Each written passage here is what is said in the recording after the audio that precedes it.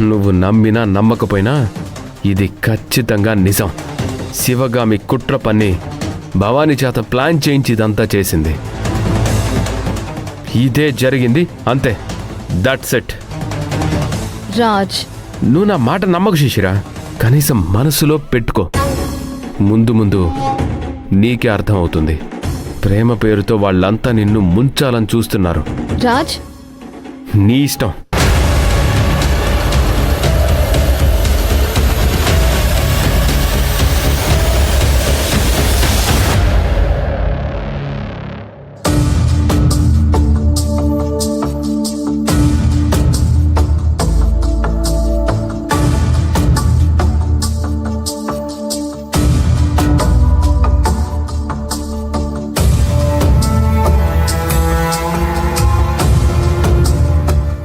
బాబాయ్ రవి ఎంత మాట అన్నాడో బాబాయ్.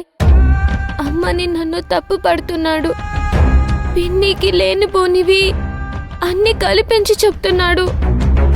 పాపం అందులో అమ్మ తప్పేముంది? అమ్మని బ్లేమ్ చేస్తున్నాడు. అసలు పిన్ని నమ్ముంటుందా? అదే తెలియడం లేదు బాబాయ్. అంతే. నేను ఫస్ట్ అమ్మతో మాట్లాడాలి. ఫోన్ చేస్తాను.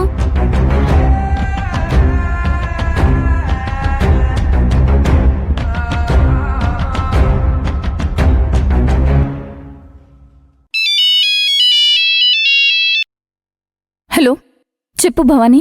నేను భవానీ నని ఎలా తెలిసిపోయింది? ఇదేమైనా మ్యాజిక్కా ఏంటి? లాజిక్ ప్రకారం చారు ఫోన్ నుంచి ఎప్పుడు నువ్వే కదా కాల్ చేసేది. ఓ అలా కనిపెట్టావా? సరే, నీకు ఒక ముఖ్యమైన విషయం చెప్పాలి. చెప్పు. ఆది బాబాయ్ ఏమంటున్నాడంటే, అసలు ఈ ప్రోగ్రాం చెడిపోవడానికి కారణం నువ్వే అని ఆది బాబాయ్ అంటున్నాడు. నేనా? అవును, నువ్వు నన్ను రెచ్చగొట్టి ఇక్కడ ప్రోగ్రాం చెడిపోయేలా చేసావంట. నువ్వే కుట్ర పన్నావంట. చూసావు కదా ఇప్పుడెంత పనైందో. నువ్వు సరదా అని చేసిన పని వల్ల అందరూ ఇబ్బంది పడుతున్నారు. నేను ఏదైతే మాట రాకూడదని అనుకున్నానో అదే వచ్చింది ఇప్పుడు. అది అంటే నిన్ను కాదన్నాడని అలా చేశానమ్మా. శిశిర మనసులో విషబీజాలు నాటుతున్నాడు ఆది. అది ఎప్పుడూ జరుగుతూనే ఉంటుంది. నాకసలు ఇప్పుడు శిశిర ఏమనుకుందో అదే ముఖ్యం. ఇంతకీ శిశిర ఏమంది? తను ఆది చెప్పిన మాటంతా నమ్మిందా?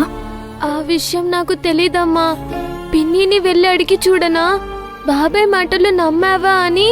ఒకవేళ నమ్మితే నమ్మద్దు అని చెప్తాను. అదంతా ఏమీ అవసరం లేదు. నువ్విప్పటి వరకు వెలగబెట్టింది చెడగొట్టింది చాలు. ఇప్పుడు మళ్ళీ వెళ్ళి నువ్వు డిస్టర్బ్ చేస్తే మనం ప్లాన్ చేసుకొని మాట్లాడినట్టుంటుంది. అర్థమైందా? అర్థమైందమ్మా. ఒకవేళ శిశిర విషయాలు నమ్మితే తనని కన్విన్స్ చేయడానికి నేను చాలా కష్టపడాల్సి వస్తుంది.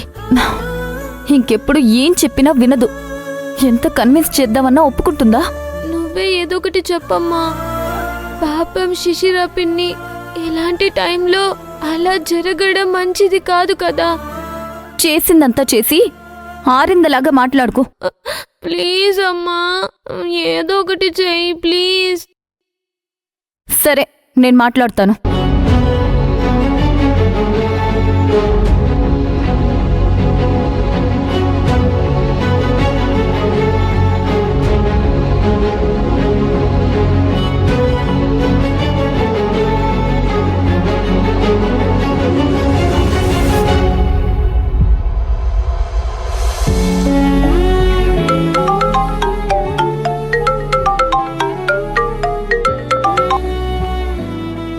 హలో శిశిర, చెప్పు.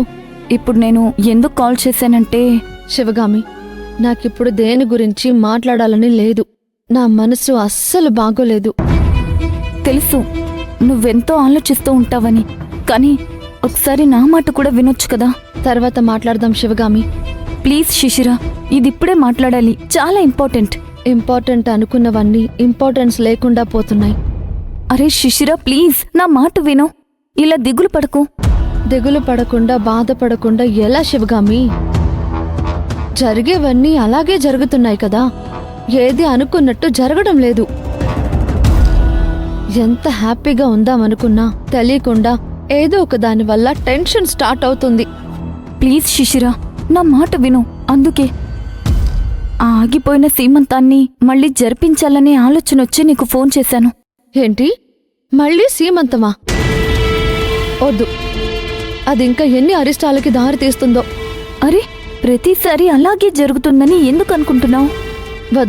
వదిలే శివగామి. ఆ ఆలోచన నువ్వింక మానేసి.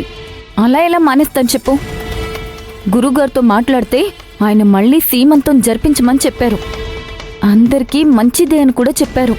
వద్దు శివగామి, నాకు ఏమీ చేయాలని లేదు. Please leave it.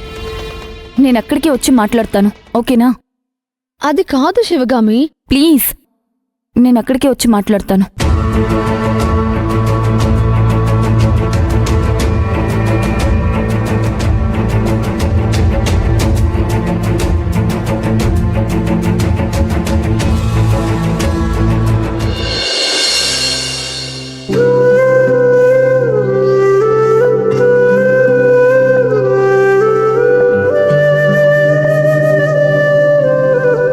ఎందుకిలా నాకే జరుగుతుంది?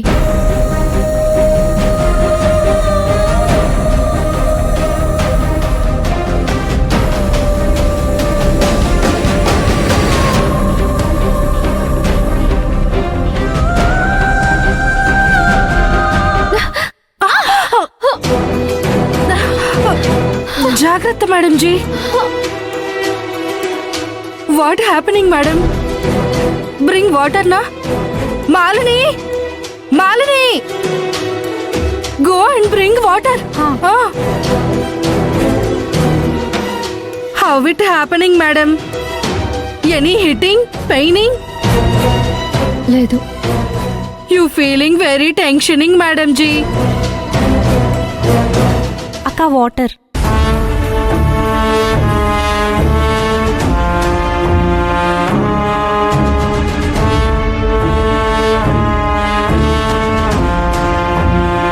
You don't worry, relax sitting.